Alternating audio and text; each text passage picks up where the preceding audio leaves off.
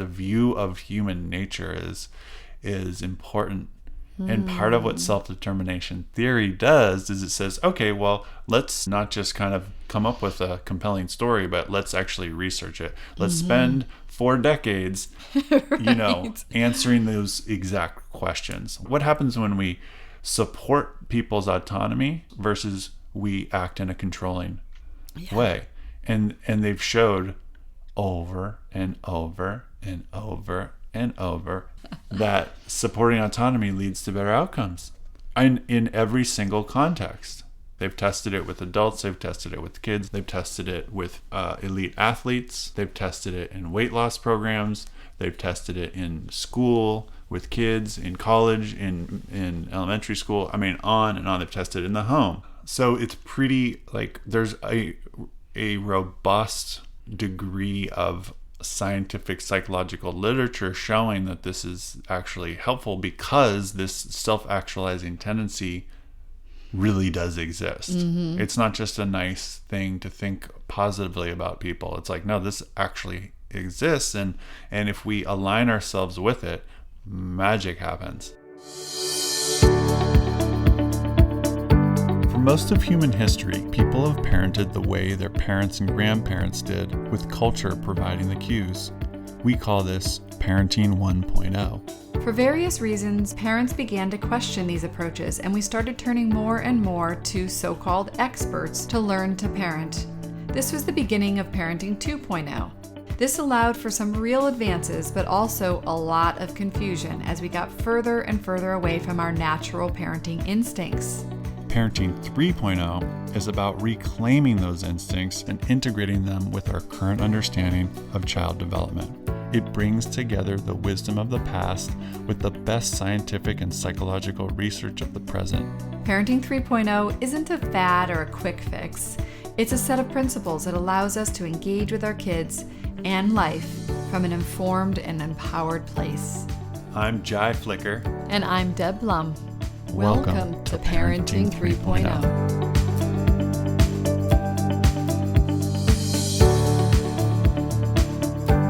Hi everyone, welcome back. Welcome to part 2 of our talk on self-determination theory, where today we're going to be talking about motivation.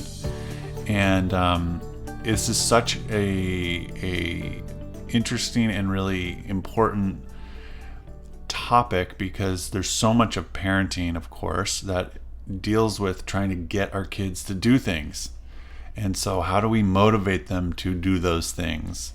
Whether it's because we want them to do it for us, or whether we want them to do it for them. So motivation is such an important topic, and the reality is almost nobody understands it. Like, almost the conventional wisdom on motivation is wrong.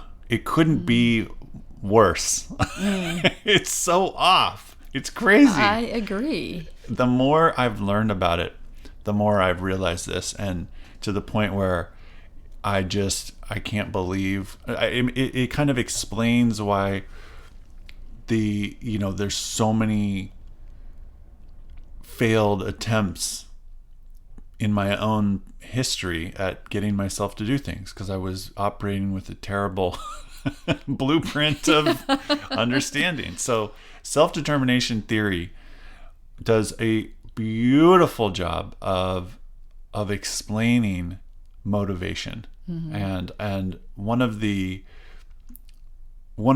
example, and this is just the tiniest of teasers, that between, like, the difference between how they describe motivation and how most people think about it, is that most people think about motivation as sort of like we either have a lot of it or a little or none. And they obviously that's true, that happens, but they talk about different types of motivation. And that right there, it's just game changing. So I'm really looking forward to talking about all this. But before we dive in, you were just starting to say something about your own prep process. And I'm really curious. I said, stop, let's save it for podcast. And so I'm super curious to hear what you were going to say. So, well, I think I started off by saying that I'm excited for this because I think that I have operated, like say the first 35 years of my life, I operated definitely in the place of like it was a willful thing. Like I had to, like if I wanted something, I had to put my mind to it and I had to do it. I had to set a goal and I had to reach that goal.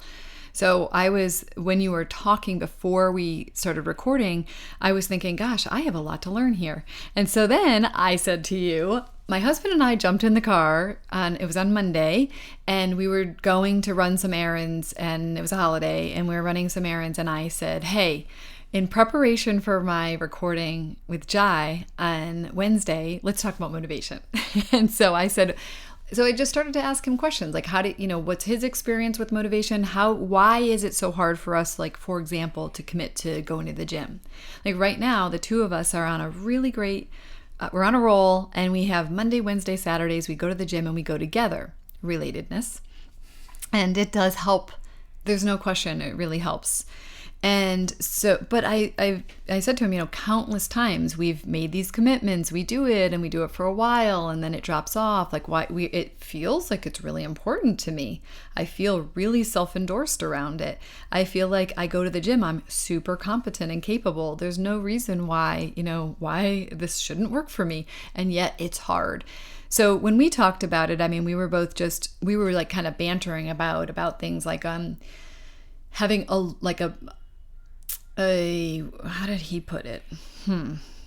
I said like a bigger vision. He said the end game, like having the end game in mind helps. And, knowing that like we're doing this for our health, knowing that we feel better. So remembering that we feel better when we work out. And so I'm trying to hold that. So like when we leave the gym, we try to hold on to the feeling that we have and like so that we talk about it. When we leave the gym, we talk about how good it feels and how we're so happy we went.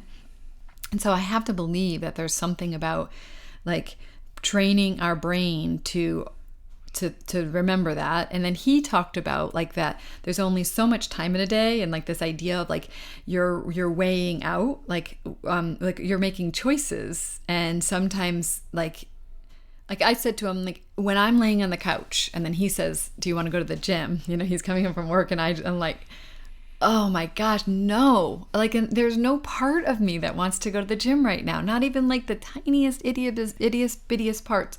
But then, I will say to myself, but I know I want to go. Like, I know I'm going to regret it later.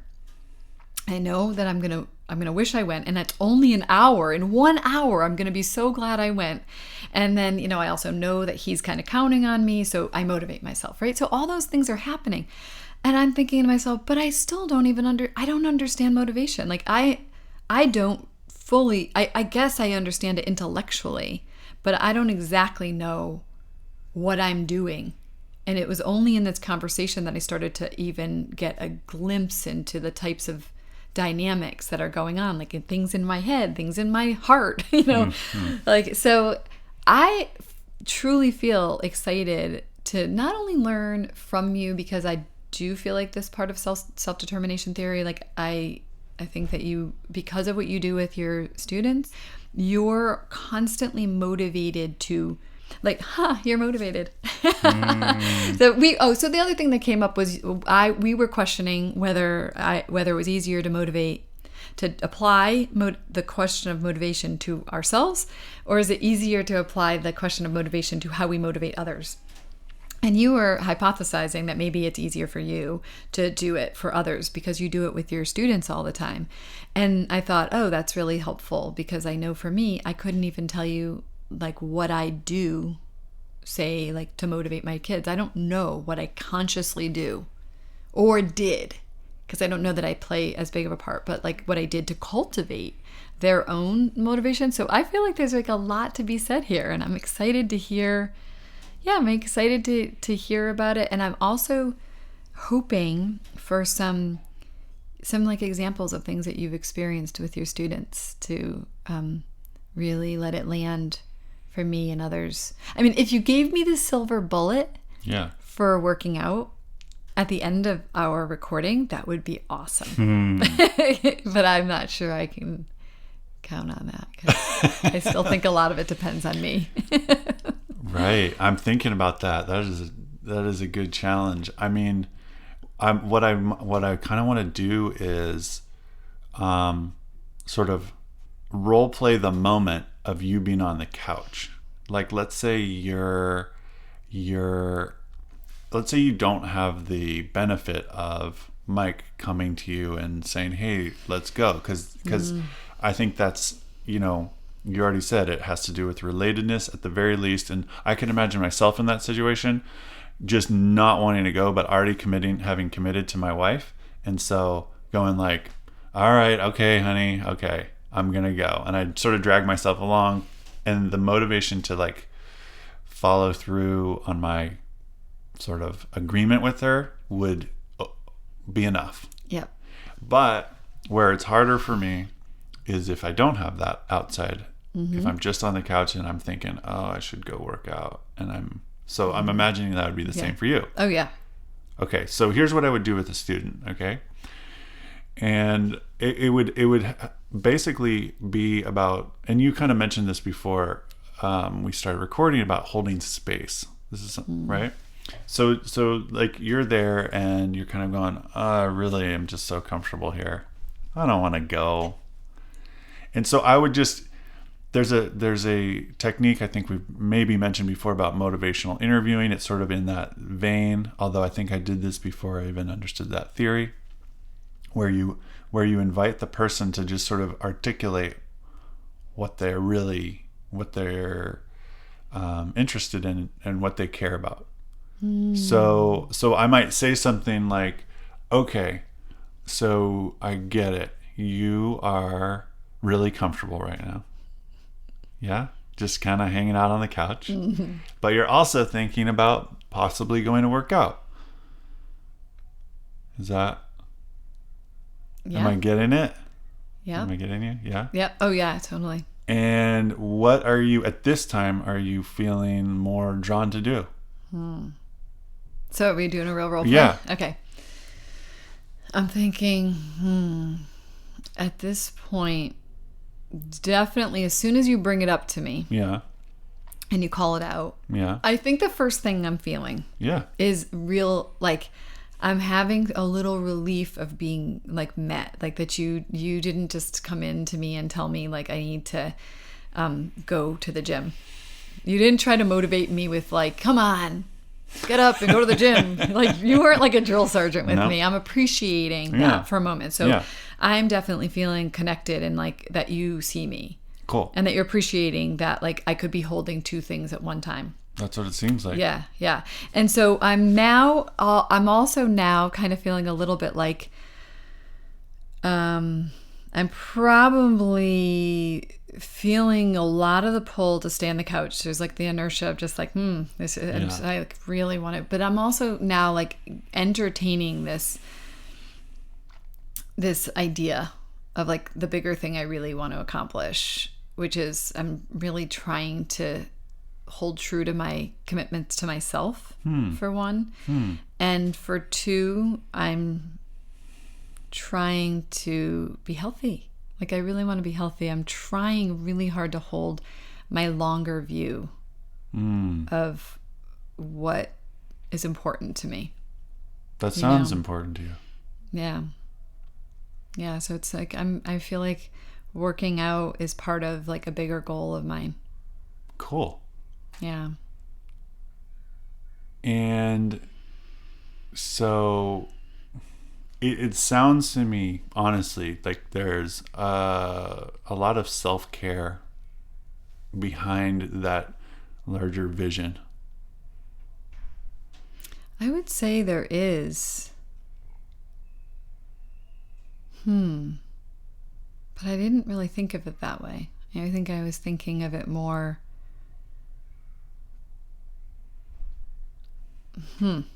That's really a soft way to look at it. I think I was really like, I still was having the like, you should do this. This is what you do when you want to be healthy.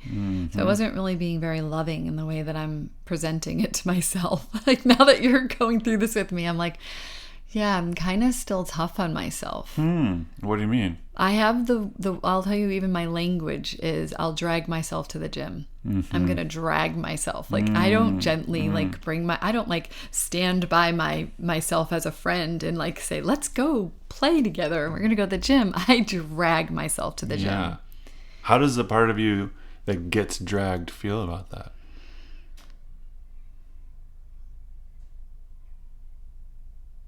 The part that gets dragged definitely does not feel on board. Yeah, it feels like a little bit like it is not, the language the other part of me is using is clearly not autonomy supportive.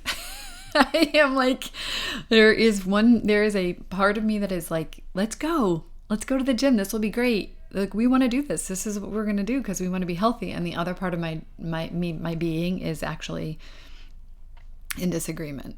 Doesn't want to, feels like it's too much. I'm tired. And stop making me go. Yeah. I totally get that. Yeah. Yeah. I mean, I don't like being made to do things either. Yeah. So is the part of you that doesn't want to go, I mean, when you say I'm tired, I mean, that can mean multiple things. It can mean just like I'm feeling kind of tired in this moment, or it could mean a deeper thing of like I'm actually, I've been running around really going hard, working hard, and I kind of need some downtime. Like, that would be really restorative. And I'm curious if when that part of you that's kind of not feeling dragged to the gym, if when that part of you is saying I'm tired, if it's more of a sort of a temporary tiredness in the moment, or if it's more of a deeper level of tiredness where you kind of need some real downtime.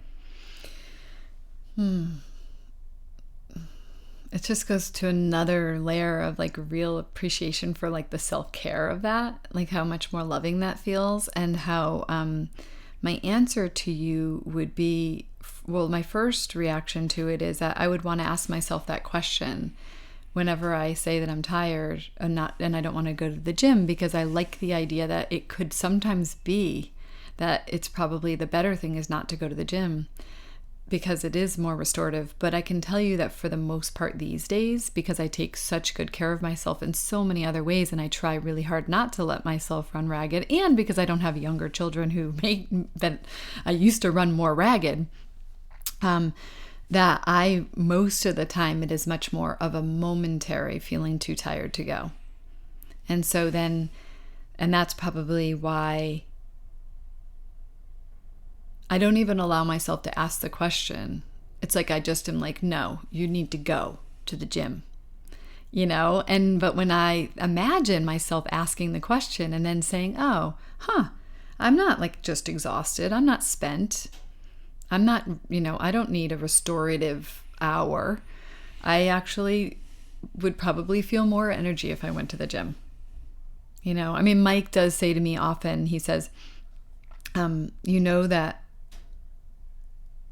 like you'll feel, he just reminds me, you'll feel better. Like, you always feel better after you go to the gym. And so then that other part of me, I think, starts to, but I wanted to say there's a little part of me in here, like just a little nuanced piece that feels like, what's the word? I want to make sure I'm giving the right word for it. Like, I have like a guilt or something in there of like that, like, it's like I'm wrong for not wanting to go to the gym. And then I haven't examined it enough, like we're examining right now. So I didn't examine the part of me that's like allowing some choice, because I was so rigidly fixed on the idea that it would be wrong for me to not want to go to the gym. I haven't allowed any spaciousness to examine all the layers of what holds me back from being enthusiastically interested in going to the gym, or allowing myself the choice not to. It's like I don't have any room in there. It's like, you go to the gym, or else if I don't go to the gym, then it was bad. So I'm really appreciating that. Yeah, it feels really like spacious and gentle and self-love, like it's like self-love. Yeah. Yeah. So are there any other reasons or motivations on the side that has been historically feeling dragged to the gym?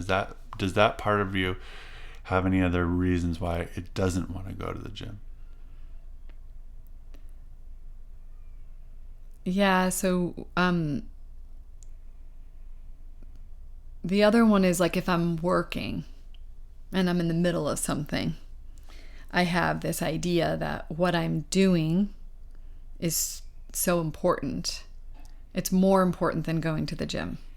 So something I'm doing is more important than going to the gym because, like, the gym can't always rule. But it's like it's like a sabotaging thing. Like it's a better excuse. Like the laying on the couch kind of feels like not a great excuse. Well, let's stay with the laying on the couch for this one. Okay. I totally hear what you're saying. Another... Oh, yeah. I see. At that moment, I'm laying on the couch. Yeah. Okay, good. So I'm laying on the couch. You're feeling tired, but it's more of a temporary kind of just like you're comfortable. You're not like... Yeah, I'm comfortable. You're not exhausted. Right. Not exhausted. It's just sort of like it's cold out. Yeah, all these reasons why it's just nice to stay there. Right. You're comfortable. No, I mean, a thing that goes through my head is that I won't have the physical energy to do it. To do what? To go to the gym. Like, it's kind of like I'm so relaxed that I can't, like, I'm like unable to visualize that I'm going to have the energy. Mm-hmm. But it feels like that one gets freed up even in this question of am I exhausted or am I just momentarily tired? Because as soon as I go to the place, I'm not exhausted. I'm not just in need of a restorative, time. I kind of go to the place like I know that if I'm just tired in this moment and I'm just kind of feeling like the word I use is I feel lazy. That's the word I'm using. I just feel lazy and uncomfortable. Yeah. But no, I actually think that's a big one. What you just described, what you just walked me through was actually exactly the part that I feel like changed something in me to make me feel like I have the space to become self-endorsed. Like I'm not just dragging myself anymore. And I can have a conversation with like the parts of me that are in conflict. Yeah. Like I can be in the place of saying, hey, wait a second. Like, Deb, like we've got the two parts, the one that doesn't want to go and the one that kind of wants to go. Yeah. And but slow down time so I don't have to rush. Just be like, we talk about like when we're with our kids and our kids need a moment and they need a moment for us to just be with whatever their experience is. It's like, I need to take a moment and say, no, it's not like there are two options here. There's not the option of like, I'm going to rebel against going to the gym or I'm going to drag myself to the gym. Those aren't the only two. Neither one of those are actually very self-caring ideas. They're both really like rigid. It's like I've either done it wrong or I've done it right, or and I'm like doing it because the world says I'm supposed to do it, instead of slowing down and just saying, wait a second here, like we've got like some inner conflict. That's cool. I'm with you. Right? Like, it's like, I want to be like, I'm with me. And like, I'm with me. Like, all right. That like makes complete sense why I would be where I am. And then entering into a little bit of the like inquiry as you did with me to say like, okay, what's going on? Like, so you're feeling a little tired. Like, is this one of those times where it would make more sense for us to get a cup of tea and sit on the couch with a book? Is that what I really need right now? Or is it like, not really? Like, like I'm pretty well rested. And I think that going to the gym would be the best thing for me. And I would feel best if I would do that. That would be a pretty different way for me to look at me as it relates to the gym. Yeah. And in just to finish the sort of like role play of it, it's like, it after opening that dialogue, that inner inquiry dialogue up, I mean, does the part of you that is feeling comfortable have any interest in going to the gym? The one that was wanting to. Oh, the one that's comfortable on the couch. Yeah, Sorry. yeah.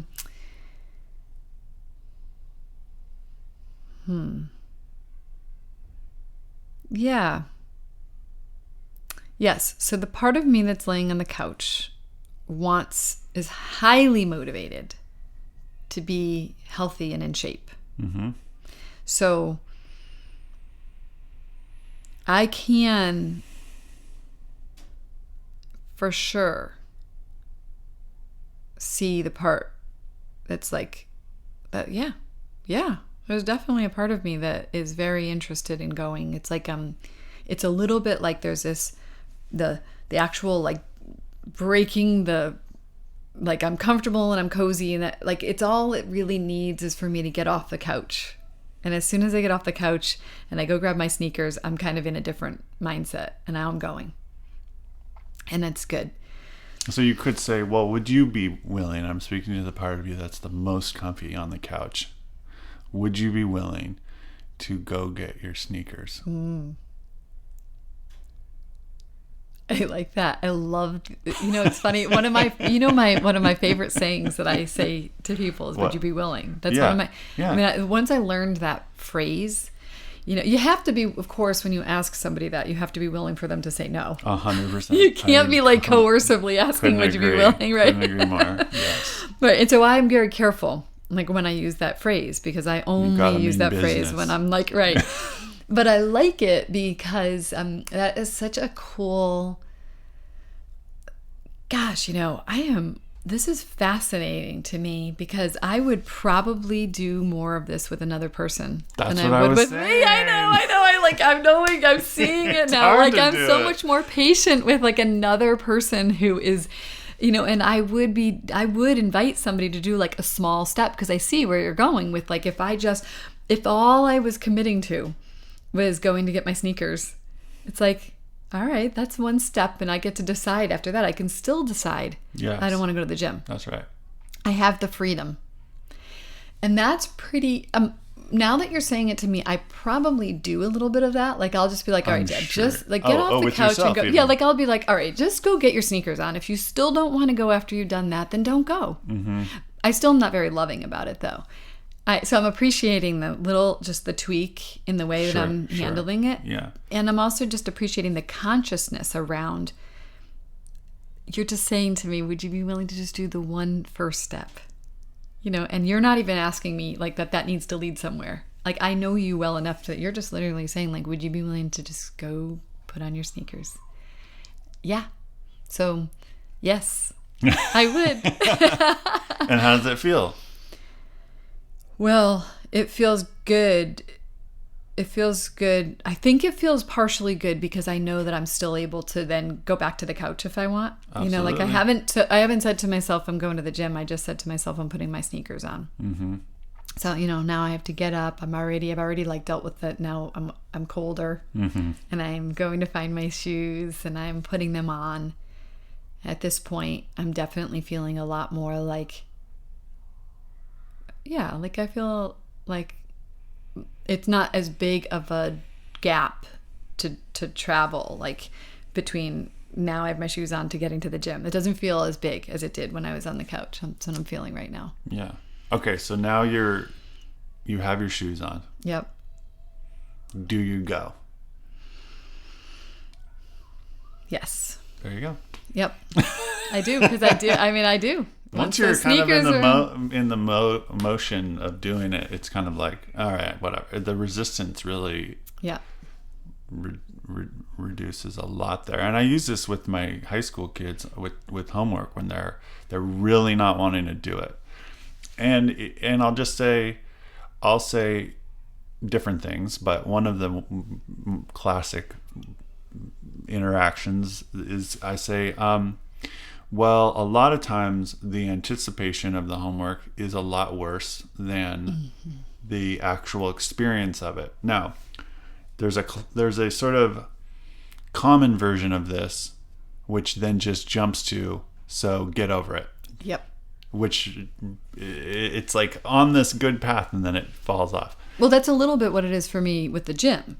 Exactly. I'm sort of like, of course you don't want to go Once to the you gym. get going, you're comfortable. you're going to be Just fine. go. Just get the F off the couch. Exactly. And that's the and then I'm dragging myself off the couch, and it doesn't have any. It doesn't work. It's not that self-endorsed, and it does sort of like That's have that. the problem. Yeah. So with the homework, I'll say, oftentimes the experience of doing it is not as bad as the anticipation. So what I want to invite you. This is that goes to the willingness. I want to invite you to try something. I want you to do I want you to be sort of scientific about this.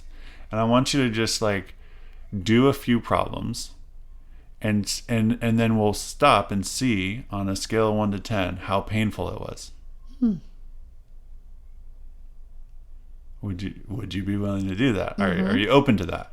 And usually, I don't think I've ever had a student say no, because now they're kind of curious, like how painful is this really, And so then I'll say, okay, so go ahead and just do a few problems, and then just and then I'll check in with you in a minute or two.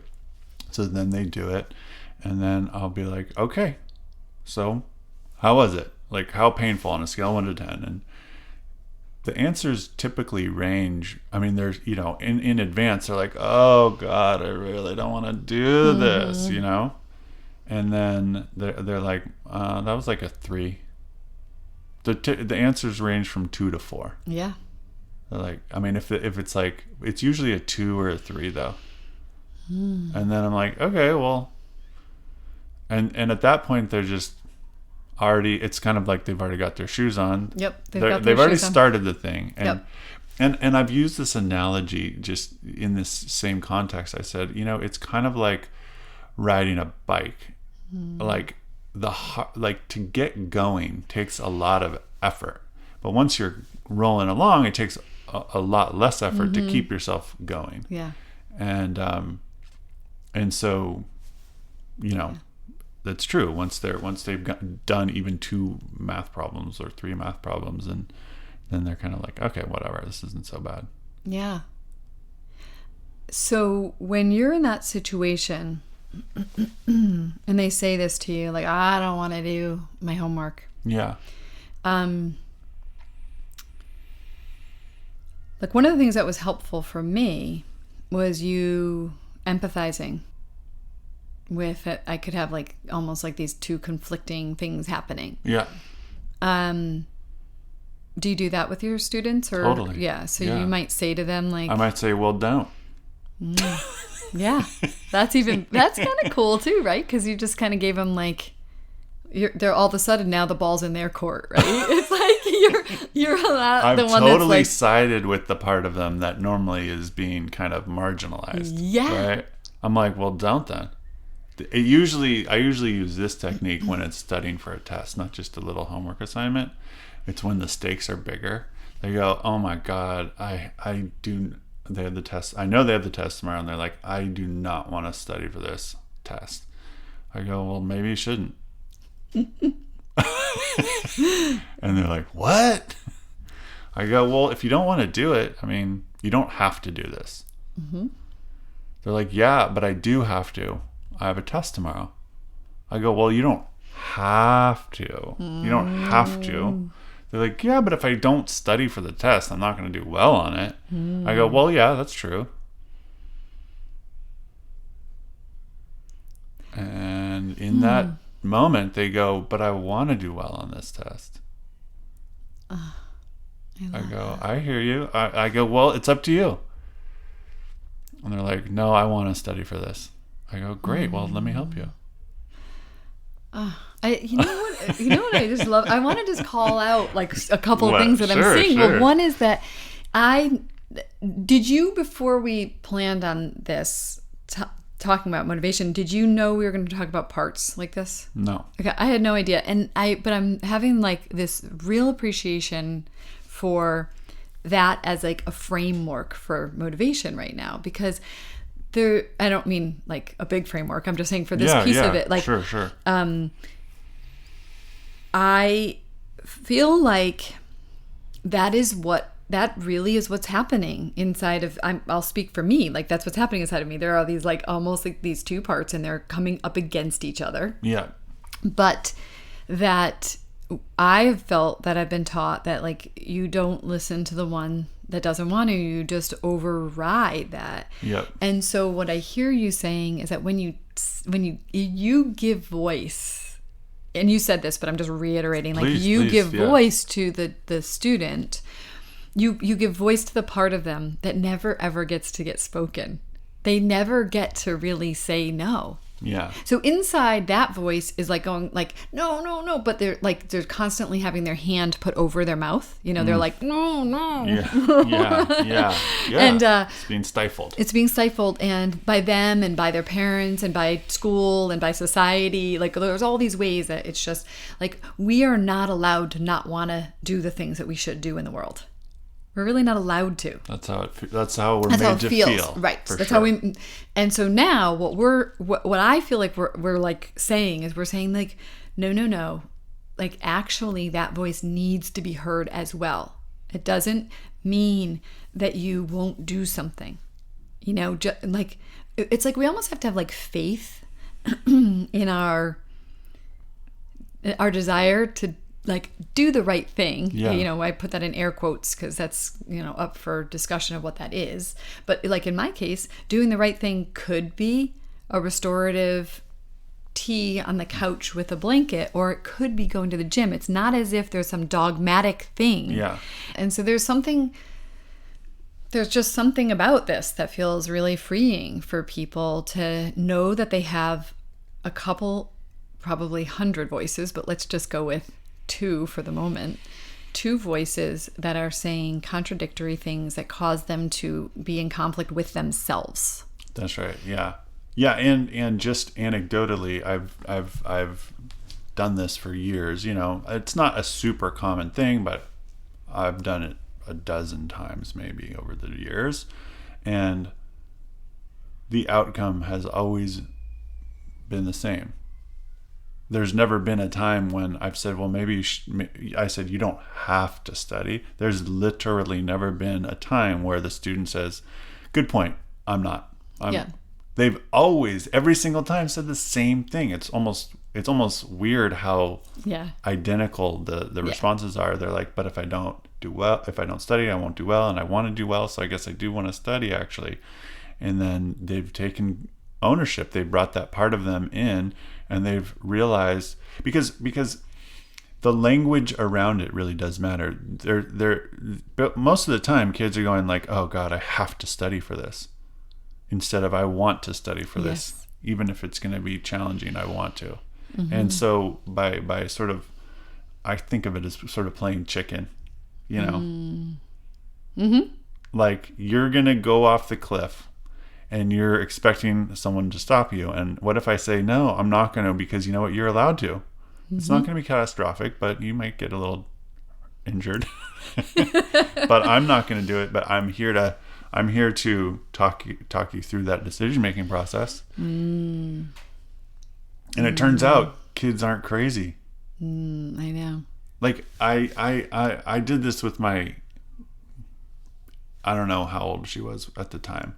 1-year-old, somewhere between 12 and 18-month-year-old.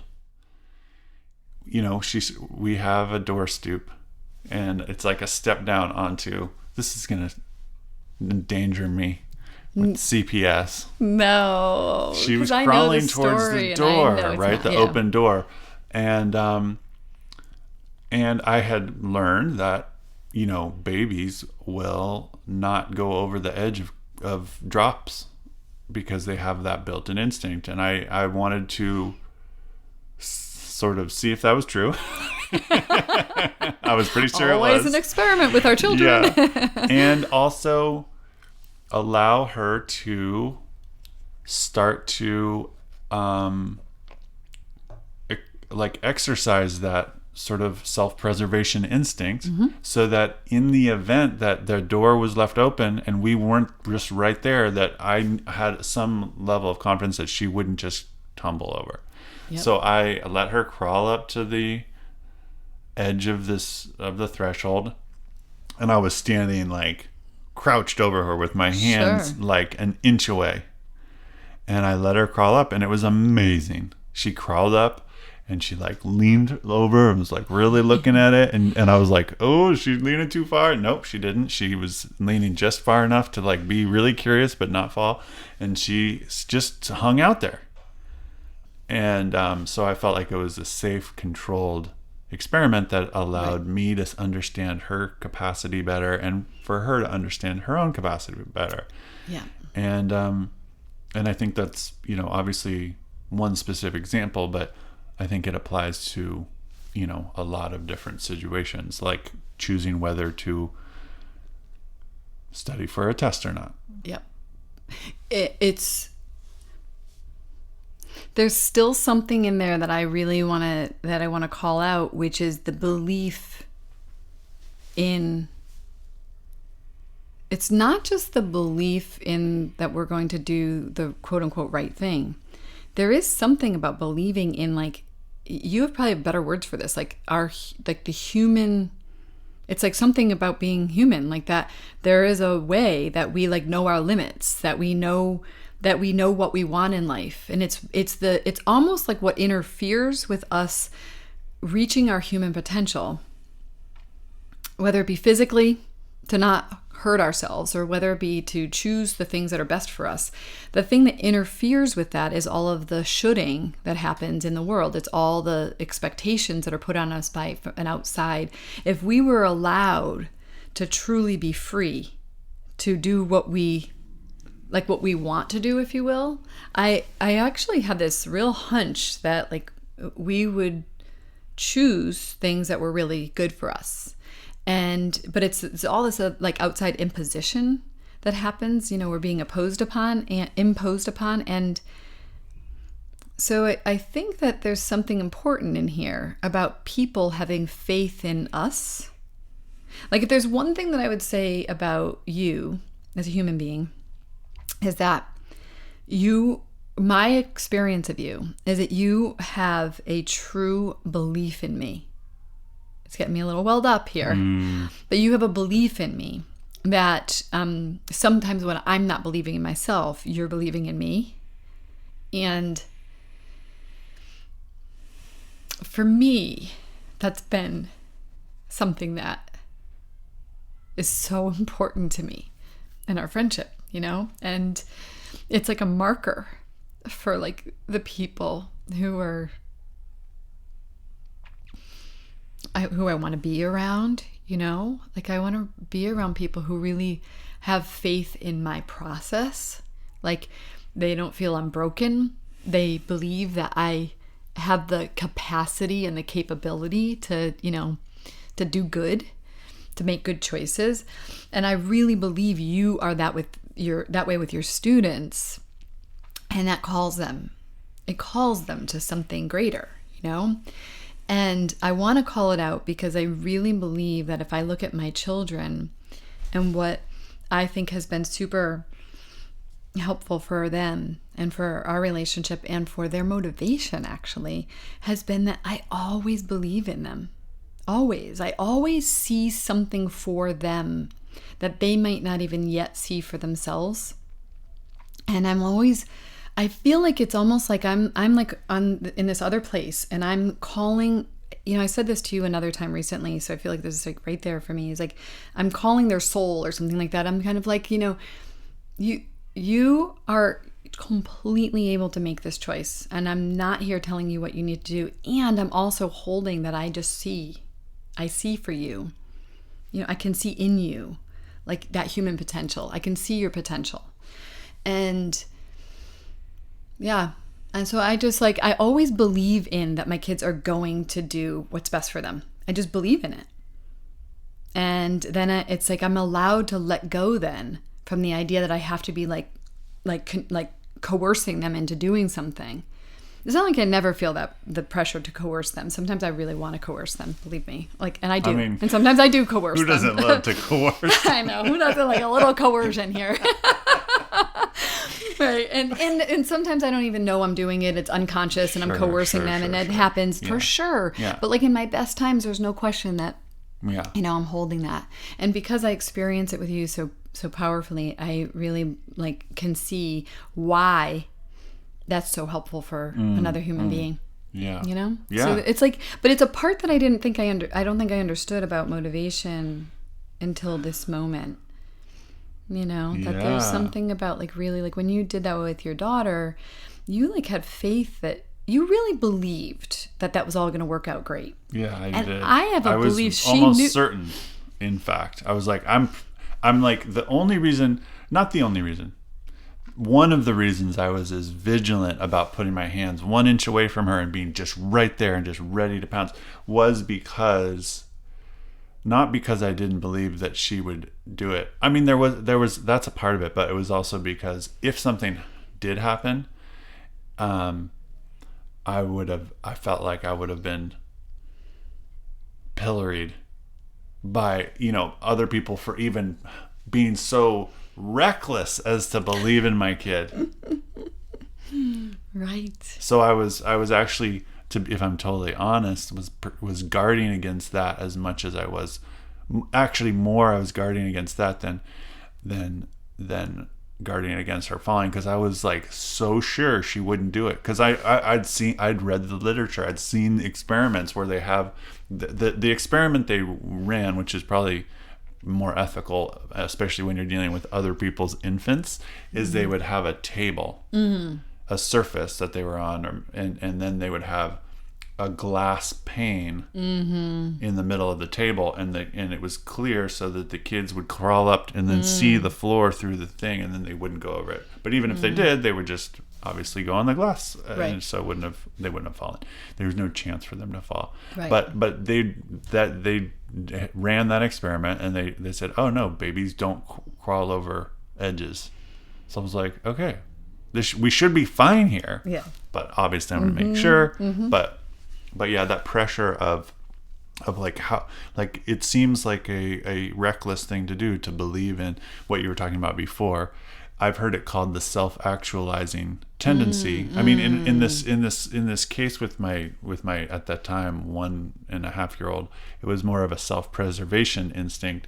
But in the case of the teens, with the just making the right decision, it's like a self-actualizing tendency. There is a way in which, if we have this story about human nature, about ourselves, about our kids, that we're basically we basically are lazy, and we basically will just make unhealthy, short-term, hedonistic decisions without being forced to do the right thing.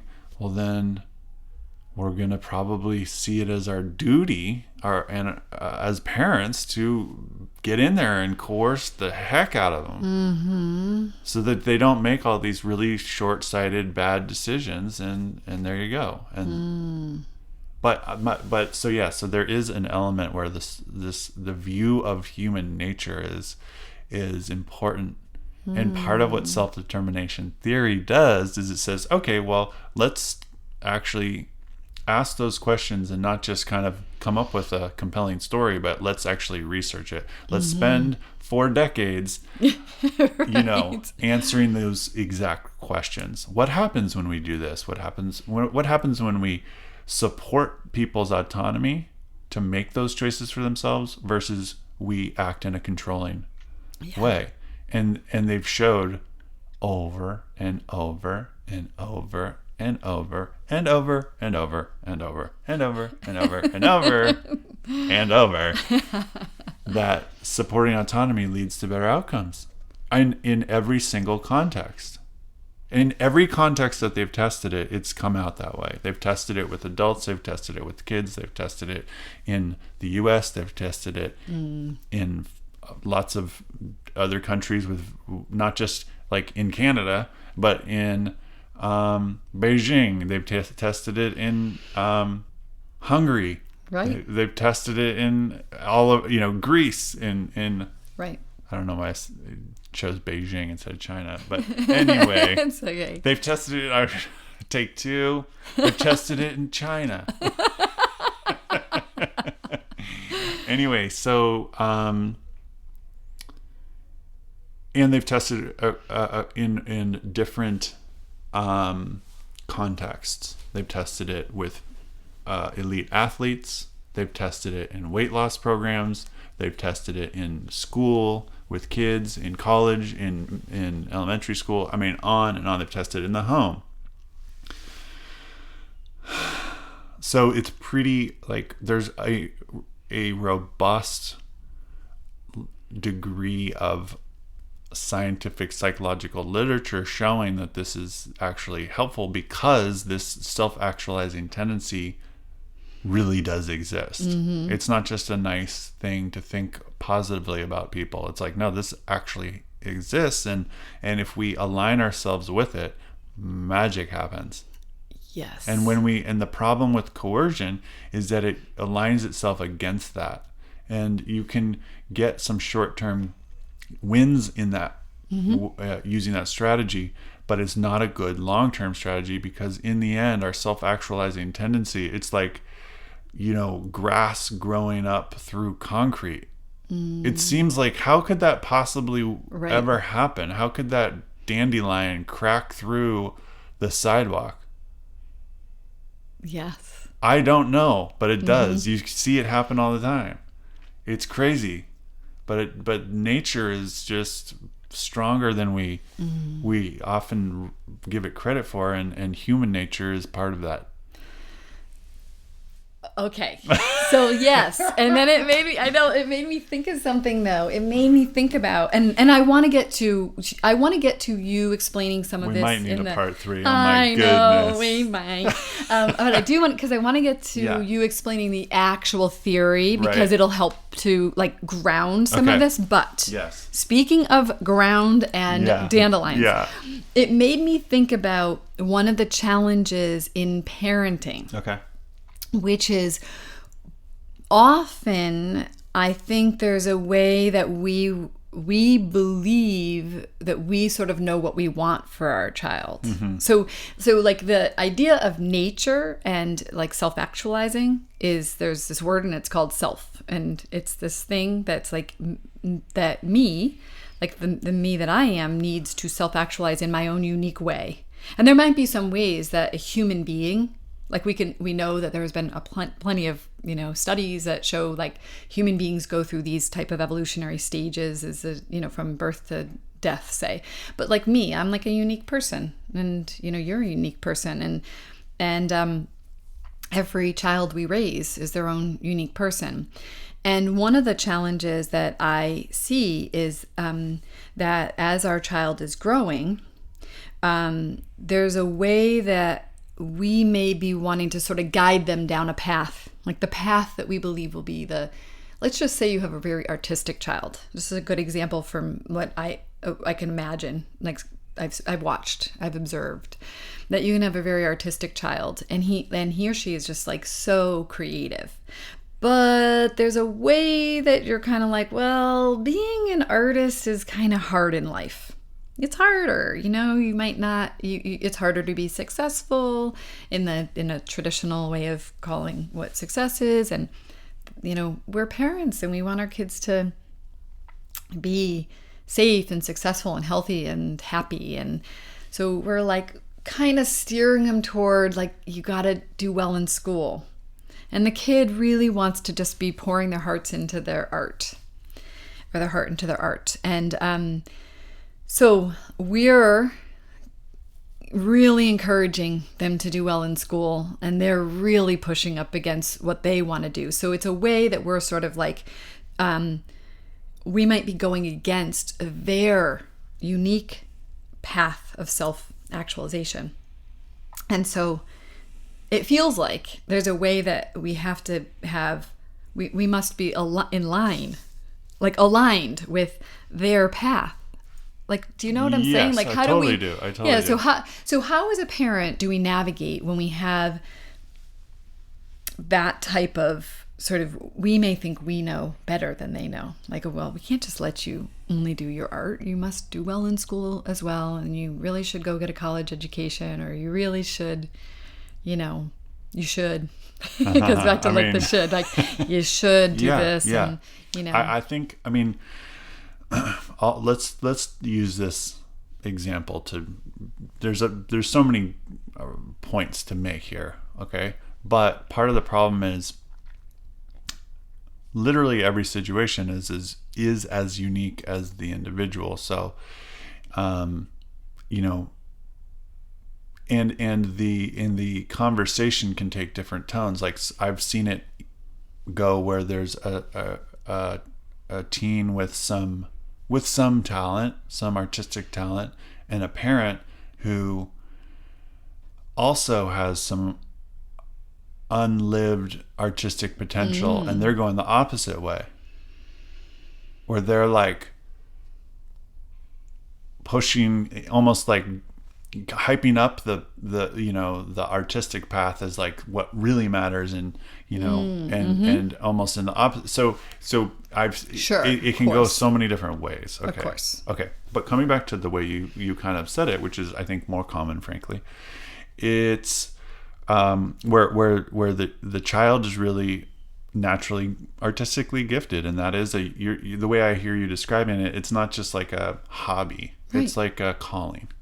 And so there's a number of things in there. One is, I think one thing to say is that you can say, hey, look, I am 100% supportive of you and of your art, and you can't use it as an excuse not to fulfill your responsibilities to school.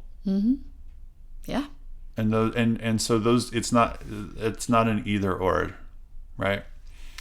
But I could see some way in which you go, okay, your path is really not academic. I mean, so, like I remember when I learned that Tiger Woods was like a 4.0 student, I was like, oh, he wasn't. I could imagine myself if I was like this golf phenom. I could imagine myself going like, why am I going to bother with school? Who cares? This is pointless. I'm going to be a multimillionaire. Right. But so that I remember that struck me when I learned that, and I thought he must really just have a competitive spirit that comes out in any endeavor, or maybe it's striving for excellence, right, or both. And so that made me realize, like, oh yeah, you could be a world-class level athlete, but also care about, or maybe not even care about, but still perform high well in school, right? So I mean, he also, it could have also come easy to him. We don't really know, right? We don't. Well, we probably do know. Someone probably does know that answer. The answer to that about him. We could ask him. Tiger. Tiger. We have a question for you. Call in. Or Tiger, right? We will interview you if you call.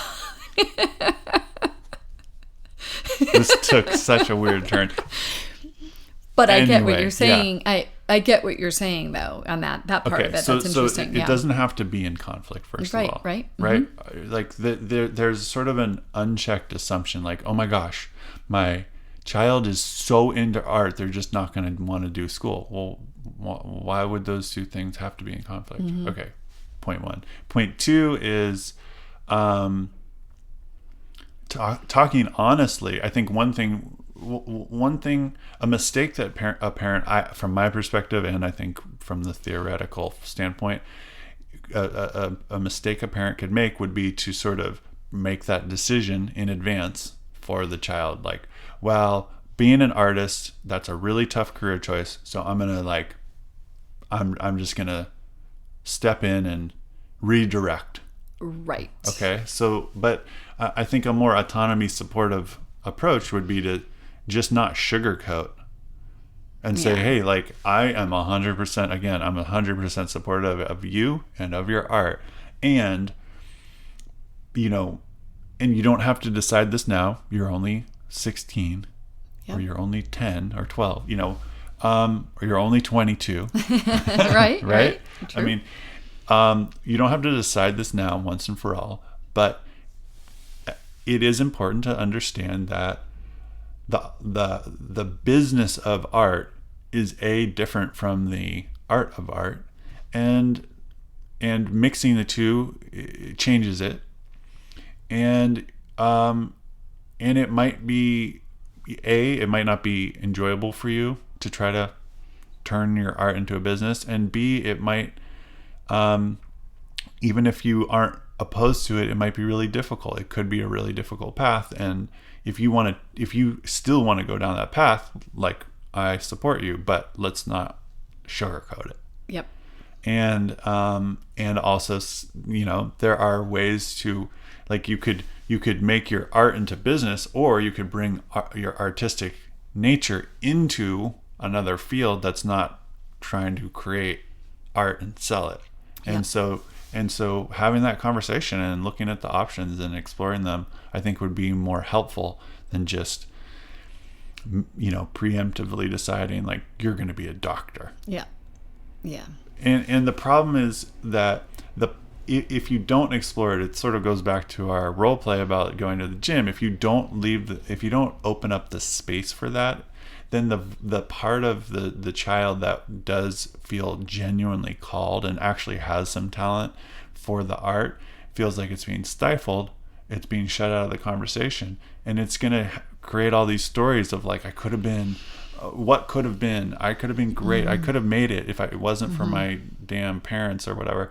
And either, that part's going to want to sabotage the other path.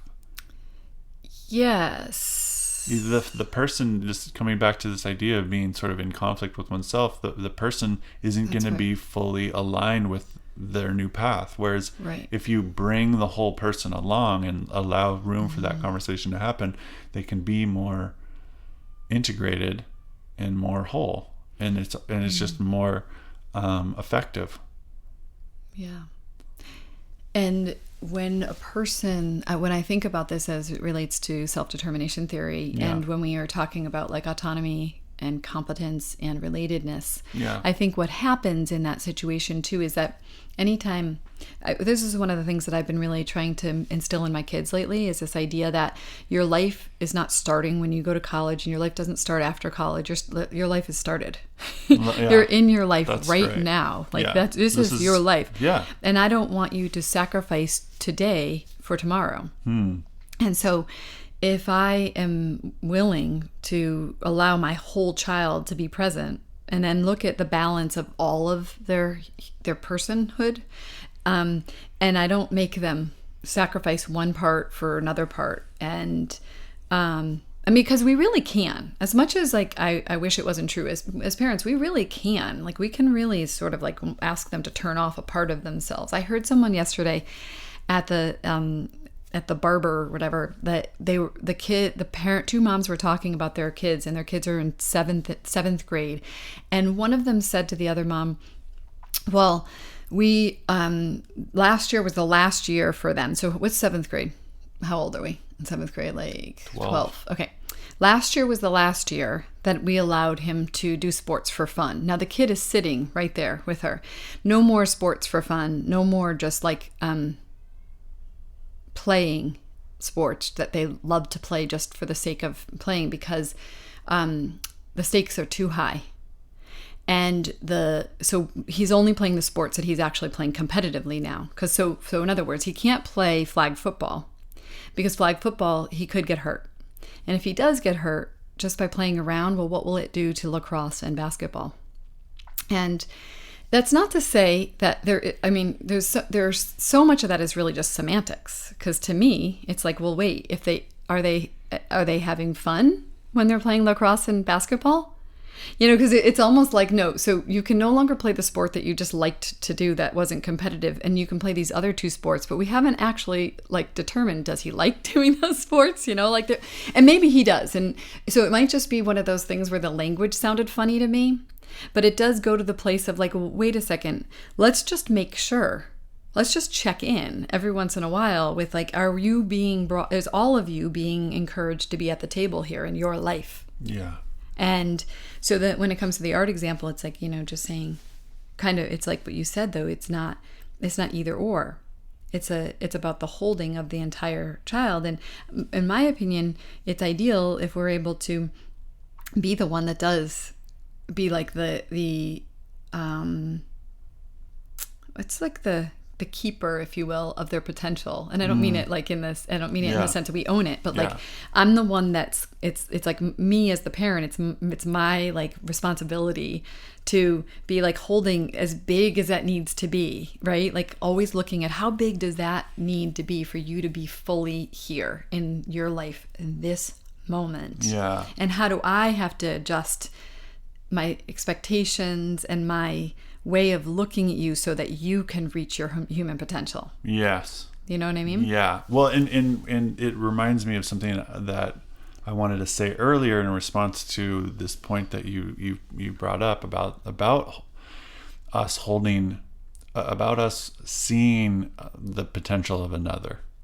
I kind of think that that's necessary, not just nice to have, it's a need to have, in the sense that I think that we come into life with, I think babies, we're all born with this unique kind of flavor, okay?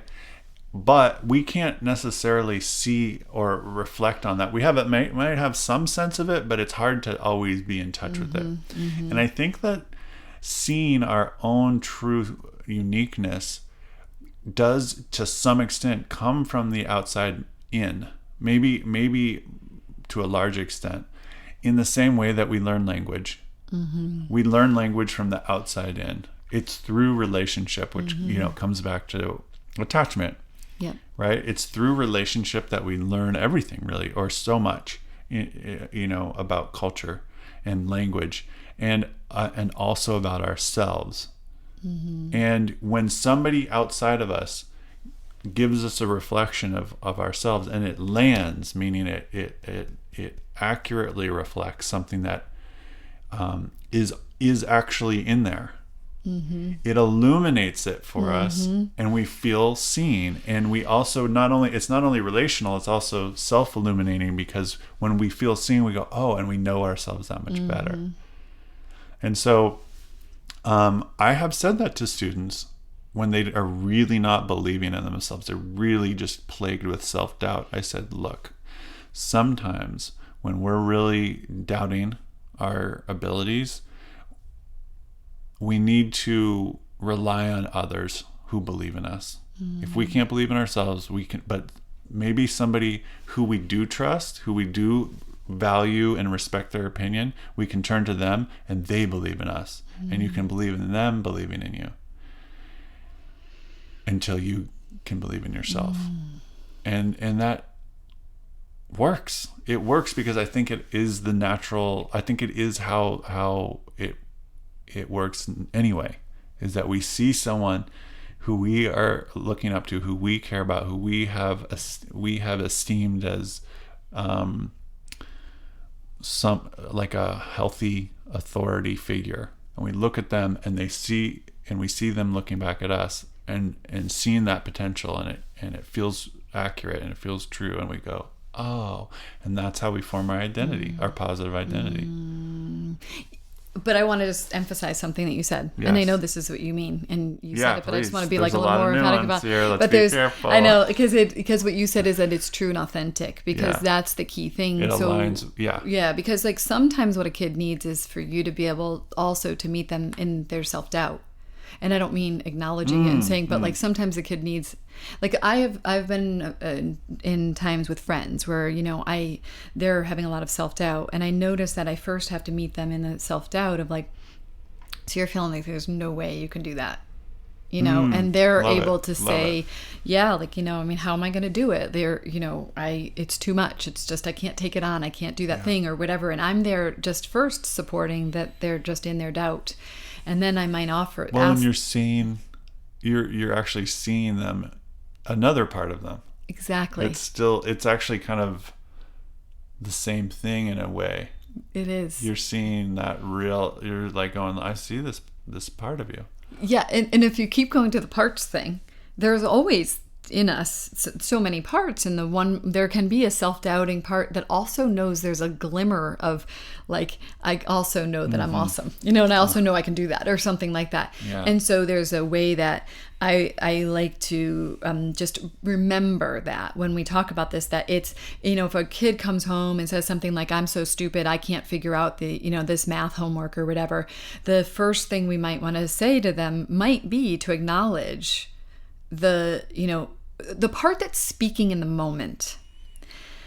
If we meet that part with another, and like we say something like, you're not stupid at all, don't say that, whatever, what happens is you're kind of meeting them not where they are. Right. So to start with, like meeting them with like you're so actually you're feeling invalidating. You're invalidating their experience in that moment. Part. Yeah, that part in the moment. That has those voices. And it's like, not that we want to agree with those. Yeah, you're right. You are stupid. right. But that's why it's important that you're saying, wow, I really get that a part of you feels this way. Yeah, exactly. And then there's an invitation that can be offered perhaps once they've sort of settled into, because sometimes you can say that to a person, they're like, no, I don't really feel like I know I'm not stupid. I just feel stupid when I'm doing this, or I know that about myself, and they might be able to even find the other part. Yeah. But there is a way that I also know exactly what you're talking about, which is there have been times when I'm in self-doubt about something, and if I go to the right person, and I usually try to trust who's that right person, and I go to that right person, I can even ask the person, like, I need you to remind me that I'm capable of doing this, but that's because I know that I am. Yeah. I just have a veil of self-doubt. Exactly. And so that's why I think that we have to be super careful that we are genuine in the way we deliver it, because some people just like, what's that word? Like, you kind of like blow smoke, like it's not authentic, and you're just like, you're great, you can do that. And it's sort of just like it's like a little bit of like more cheerleading. Yeah. Rather than a real reflection of like, I have seen you go do hard things before, and I have so much faith in you that you can do that, is so different than like, you're great, you're awesome, I know you can do this. There's a way that we can deliver it that I think can meet a person where they are, that can land as truth even when we're not sure about ourselves. Yeah. I think that one way to get at that distinction is like, if we're trying to sort of boost self-esteem, right? I'm just sort of, come on, you're great, right? And telling someone something positive versus reflecting something true. Yes. And they could be, you're great is sort of general, right? And that's part of it. I think something that's more specific and is going to land as more honest and more accurate, because the more specific it is, the more accurate it has to be for it to land. So that specificity makes it so, it's kind of like, reading a horoscope. It's like, if you read a horoscope and it says, good things will happen to you, you're like, that could really apply to anyone. Yes. But if it said, you're going to find a $20 bill under the subway train T at 5 o'clock, you're like, that's pretty specific. Right? So you can really, and then if you actually did find the 20 on that at that time, you'd be like, damn, they're good. Damn, they're good. Right. So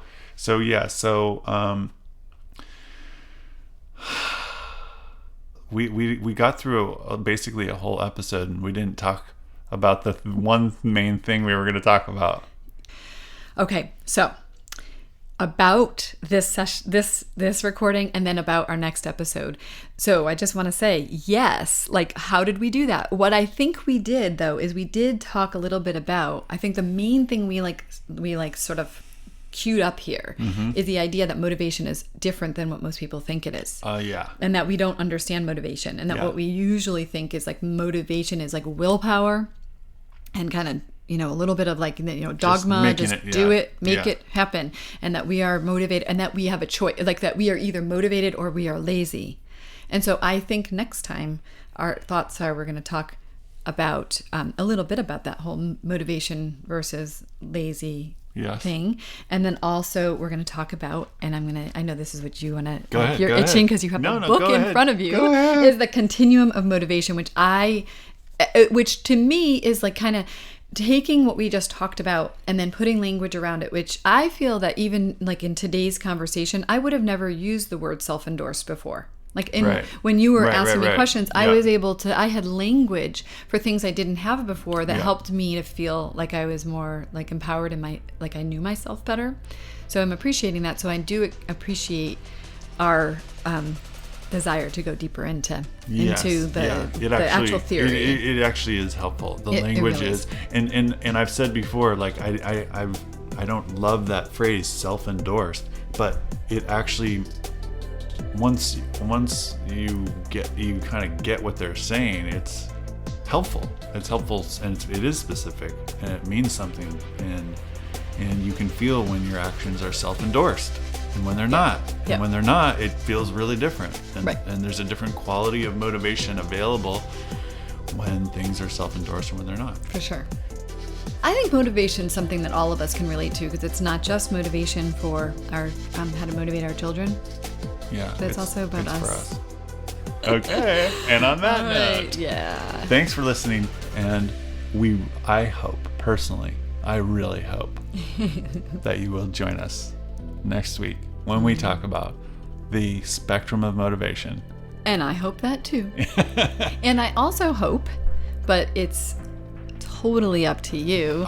That I also hope that you will rate us, especially if it's a 5. But anyway, we hope that you will actually, give us your feedback. We're open. We would love to hear what you think about what we're doing here, what you'd like more of. And also, if you're liking it, we would love it for you to share. If you want. If you feel like that's authentic. We want you to be self-endorsed. And then lastly, to subscribe. Just don't forget that if you don't hit the subscribe button, then you don't get our updated episodes, and we just don't want you to miss out on all of this goodness. All right. Thanks, people. Bye-bye.